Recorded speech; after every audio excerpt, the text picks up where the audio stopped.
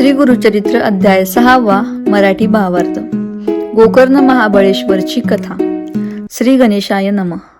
नामधारक सिद्धयोग्याला म्हणाला, महाराज, श्रीपाद श्री वल्लभांनी कोणत्या उद्देशाने तीर्थयात्रा केली, ते गोकर्ण क्षेत्री का गेले? सिद्ध म्हणाला, शिष्योत्तमा, दत्तात्रेयांचा श्रीपाद अवतार भक्तांना उपदेश करून त्यांना आध्यात्मिक दिशा देऊन त्यांचा उद्धार करण्यासाठीच झाला होता। तीर्थक्षेत्र ही आध्यात्मिक केंद्रेच असतात। अशा पवित्र ठिकाणी उपदेश केल्याने वा दिशा दिल्याने अधिक चांगला प्रभाव पडतो। म्हणून श्रीपाद श्री वल्लभ लोककल्याणार्थ तीर्थयात्रा करीत होते। तीर्थे अनेक असतील तरी गोकर्ण क्षेत्राचे महात्म्य अत्यंत थोर आहे। तेथे भगवान शंकर आत्मलिंग रूपाने नित्य अधिष्ठित आहेत। ते शिवशक्तीचे एकत्रित पीठ असल्यामुळे जास्त पवित्र आहे। ते जीवाला शिवत्वाकडे नेणारे अतिप्राचीन स्थान आहे। येथील शिवलिंग महाबळेश्वर नावाने प्रख्यात असून गणपतीने स्वहस्ते त्याची प्रतिष्ठापना केली आहे। ती कथा अशी आहे, कैकसी ही रावणाची माता। ती शिवपूजन केल्याशिवाय अन्न ग्रहण करीत नसे। एके दिवशी तिला पूजेसाठी शिवलिंग मिळाले नाही, म्हणून तिने वाळूची पिंड तयार करून तिची पूजा केली। ते पाहून रावणाला कमीपणा वाटला। माते, मी तुला शिवासह कैलास पर्वतच लंकेला आणून देतो, अशी घोर प्रतिज्ञा करून तो कैलासापाशी गेला।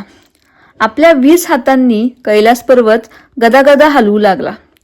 त्या हादऱ्यांनी त्रिभुवन डगमगले। पार्वती भयभीत झाली। तेव्हा शंकराने डाव्या हाताने शिखरावर दाब दिला। त्यामुळे रावण पर्वताखाली दडपला। त्याने अर्थतेने शंकराची प्रार्थना केली। रावण शिवभक्त असल्यामुळे भुळ्या शंकराला दया आली। त्याने डाव्या हाताचा दाब काढून घेताच रावणाची सुटका झाली। जीवनदान मिळालेल्या रावणाने अत्यंतिक समर्पित भावनेने आपले मस्तक छेदले। आपल्याच आतड्यांची दोरी वळली।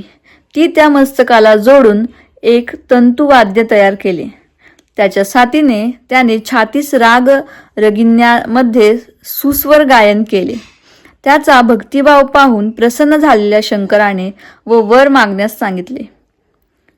रावणाने मातेसाठी कैलास पर्वत मागितला। तेव्हा शंकर म्हणाला, माझ्या पूजेसाठी मी तुला माझे आत्मलिंग देतो, ते माझे प्राण आहे। शंकराने त्याला स्वतःचे आत्मलिंग दिले व म्हणाला, हे लंकेत घेऊन जा, याची 3 वर्ष पूजा कर, त्यामुळे तू ईश्वर स्वरूप होशील। मात्र मार्गाने जाताना हे दिव्य लिंग कोठेही भूमीवर ठेवू नकोस।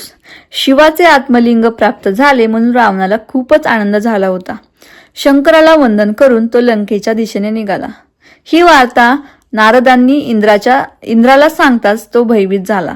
मग नारद, ब्रह्मदेव, इंद्रादी सुरगणांनी विष्णूची भेट घेतली व म्हणाले, हे श्रीहरी, शिवाचे आत्मलिंग मिळाल्यामुळे रावण अजरामर होण्याचा धोका निर्माण झाला आहे। आता तुम्हीच काही उपाय करा, नाहीतर सृष्टीचा नाश अटळ आहे। श्री विष्णूने शंकराला गाठले व रावणाला आत्मलिंग देऊ किती वेळ झाला ते विचारून घेतले।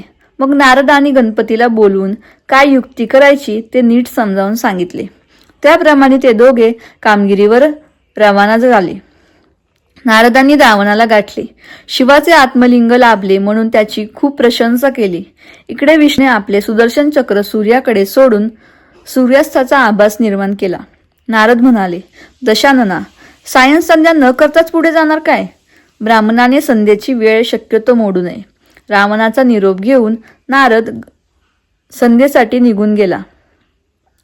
नारदाचे आचरण पाहून त्याच्या मनात आपणही संध्यावंदन केले पाहिजे, अन्यथा व्रतभंग होईल हा विचार दृढ झाला। तेवढ्यात त्याला एक बटू दिसला। तो गणपती होता। हा ब्राह्मण कुमार भोळा दिसतो आहे। संध्या होईपर्यंत हे आत्मलिंग त्याच्याकडे सांभाळायला देऊ, असा विचार करून रावणाने त्याला हाक मारून जवळ बोलविले व त्याला मदत करण्याची विनंती केली। तेव्हा बटू रूपातील गणपती म्हणाला, लंकेश्वर, तुम्ही संध्या करून लवकर परत या, तोपर्यंत मी लिंग सांभाळीन। ते मला पेलवले नाही तर मी तुम्हाला 3 हाका मारीन। तोवर तुम्ही आला नाही तर मात्र मी लिंग खाली ठेवीन। ते मान्य करून रावणाने आत्मलिंग बटूच्या हाती दिले व तो संध्येसाठी गेला। बटू त्याच्यापासून काही अंतरावर उभा होता। रावण आर्ध्य देत असताना बटूने त्याला हाक मारली। रावणाने त्याला हात दाखवून थांबण्यास सांगितले व त्याने थोड्या थोड्या अवधीने पुन्हा 2 हाका मारल्या. गणपतीने स्वतःच्या पित्याचे ते दिव्य आत्मलिंग भूमीवर ठेवले. भूमिस्पर्श होताच ते अगदी घट्ट बसले. देवांनी गणपतीवर आनंदाने पुष्पवृष्टी केली. संध्या आटोपून रावण त्वरेने धावला, पण तोपर्यंत खूप उशीर झाला होता. रावणाने ते लिंग उपटण्यासाठी प्रचंड जोर लावल्यामुळे त्या लिंगाला पिळा पडून ते गायीच्या कानाच्या आकृतीसारखे झाले, पण बाहेर आले नाही. महाबली शिवलिंग रूपाने तेथेच दृढ राहिला. तेव्हापासून ते शिवलिंग गोकर्ण महाबळेश्वर म्हणून प्रख्यात आहे. हताश रावण रिक्त हस्ते लंकेत परतला. शिवाने वास्तव्य केले म्हणून देवही तेथे येऊन राहू लागले.